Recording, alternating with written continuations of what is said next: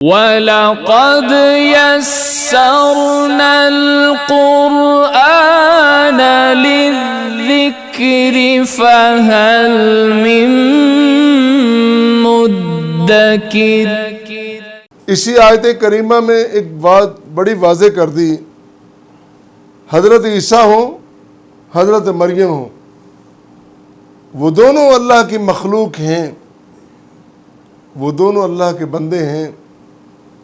یہ بات ملحوظ خاطر رہنی چاہیے، جس طرح قرآن کریم نے بیان کیا ہے، انما المسیح ابن مریم رسول اللہ وکلمتہ القاها الی مریم وروح منہ،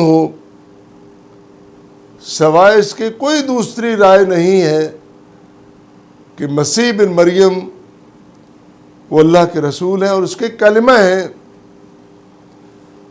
وہ کلمہ جو اللہ نے مریم علیہ السلام پر القاء کیا، ان کی طرف جو بیان کیا، اور روح منہ، وہ اس کی روح ہیں، یہ بات بطور خاص بیان کر دی۔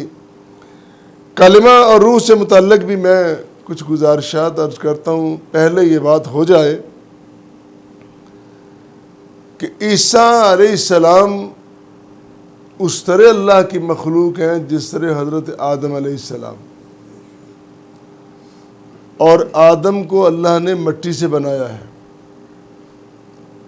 اور عیسیٰ علیہ السلام کی تخلیق اور ولادت بھی مٹی سے ہوئی ہے۔ کس طرح؟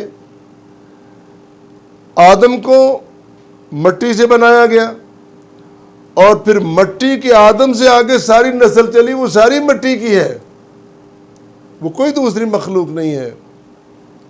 قرآن کریم نے کئی جگہ یہ بیان کیا ہے، من سلالۃ من طین من تراب، مٹی سے، مٹی کے جوہر سے، وہ جو انسان کے اندر مادہ ہے وہ مٹی سے ہی بنتا ہے۔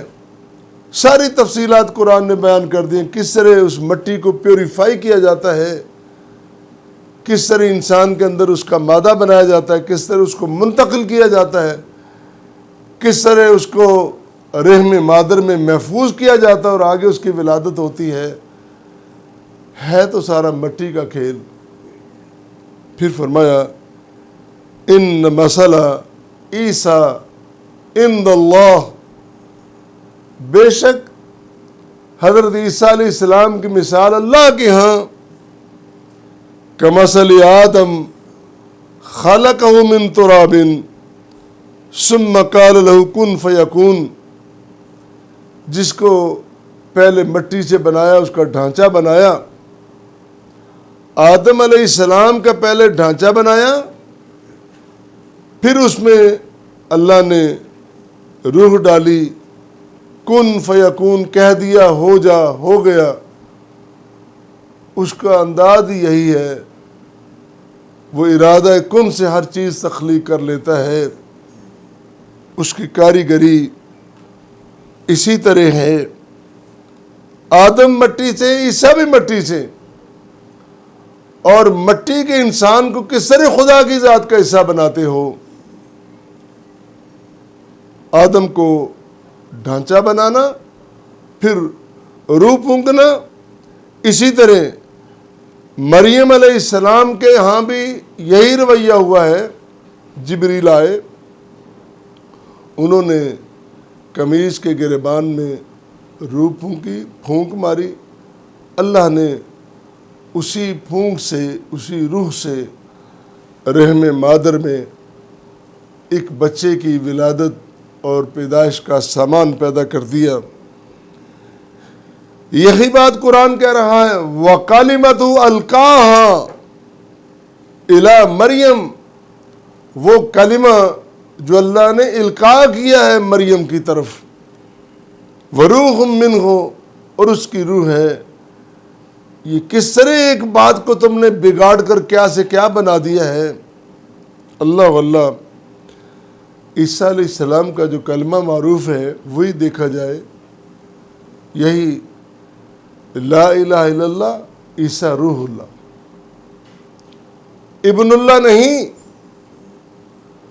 اللہ کا بیٹا نہیں، روح اللہ، کلمت اللہ، رسول اللہ، روح اللہ، یہ ہے اصل بات۔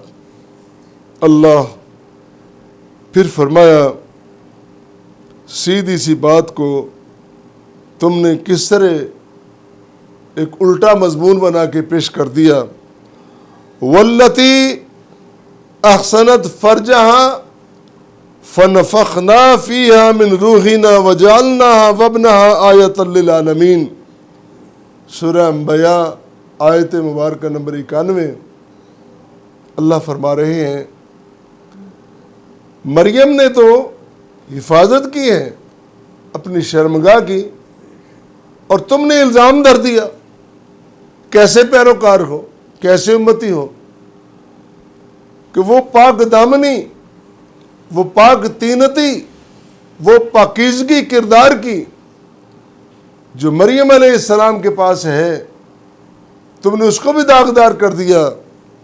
اللہ اللہ، ایک سیدھی سی بات کو کہ ہم نے روح پھونکی اور پھر مریم کو اور اس کے بیٹے عیسیٰ کو ہم نے دنیا میں ایک مثال بنا دی ان کی، اور ایک نشانی بنا دیا، اور تم نے وہ سارا نظام تلپٹ کر کے رکھ دیا ہے۔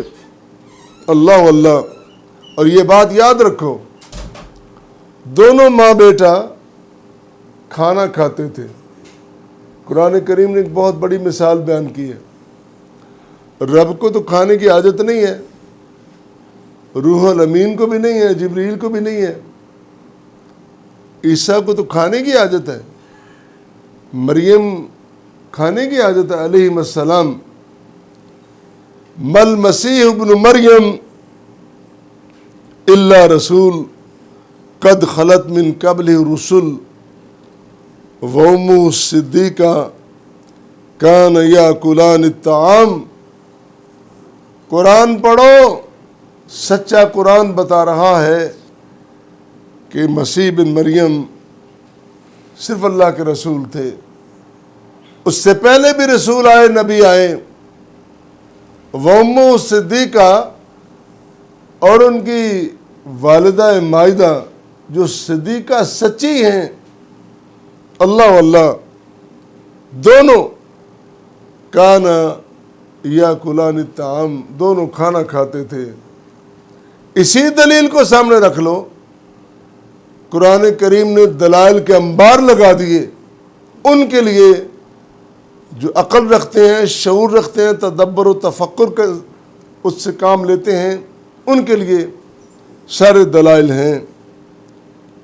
پھر یہی آیت کریمہ انما اللہ الہ واحد سبحانہ ان یکون لہ ولد لہ ما فی السماوات و ما فی الارض،